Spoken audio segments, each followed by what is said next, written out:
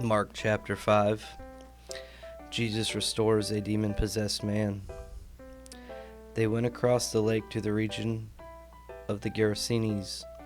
When Jesus got out of the boat, a man with an impure spirit came from the tombs to meet him. This man lived in the tombs, and no one could bind him anymore, not even with a chain. For he had often been chained hand and foot, but he tore the chains apart and broke the irons on his feet.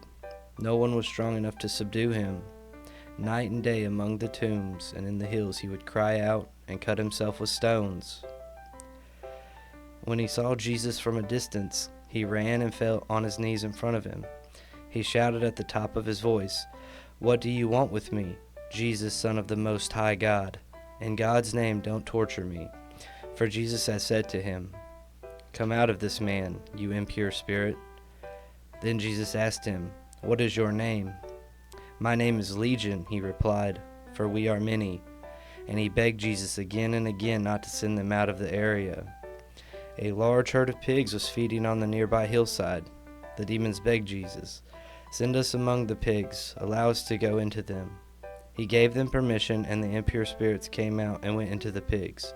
The herd, about 2,000 in number, rushed down the steep bank into the lake and were drowned. Those tending the pigs ran off and reported this in the town and countryside, and the people went out to see what had happened.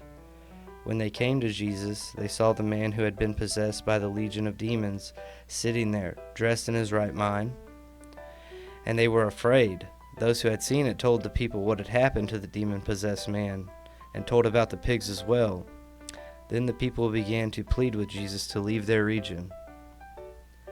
As Jesus was getting into the boat, the man who had been demon-possessed begged to go with him. Jesus did not let him, but said, "Go home to your own people and tell them how much the Lord has done for you and how he has had mercy on you." So the man went away and began to tell in the Decapolis how much Jesus had done for him, and all the people were amazed. Jesus raises a dead girl and heals a sick woman. When Jesus had again crossed over by the boat to the other side of the lake, a large crowd gathered around him while he was by the lake. Then one of the synagogue leaders named Jairus came, and when he saw Jesus, he fell at his feet. He pleaded earnestly with him, "My little daughter is dying. Please come and put your hands on her so that she will be healed and live." So Jesus went with him. A large crowd followed and pressed around him, and a woman was there who had been subject to bleeding for 12 years.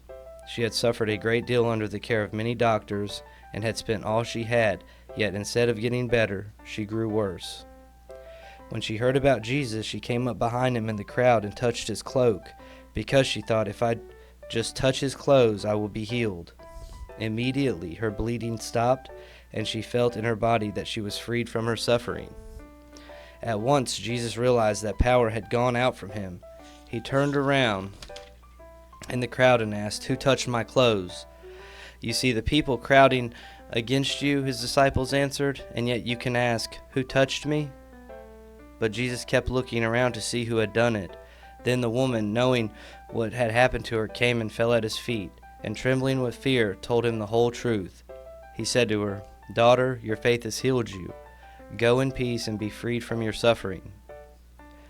While Jesus was still speaking, some people came from the house of Jairus, the synagogue leader. "Your daughter is dead," they said. "Why bother the teacher any more?" Overhearing what they said, Jesus told him, "Don't be afraid, just believe." He did not let anyone follow him except Peter, James, and John, the brother of James. When they came to the home of the synagogue leader, Jesus saw a commotion, with people crying and wailing loudly. He went in and said to them, "Why all this commotion and wailing? The child is not dead, but asleep." But they laughed at him. After he put them all out, he took the child's father and mother and the disciples who were with him, and went in where the child was. He took her by the hand and said to her, "Talitha cum," which means, "Little girl, I say to you, get up."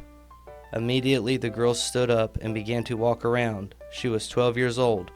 At this they were completely astonished. He gave strict orders not to let anyone know about this, and told them to give her something to eat.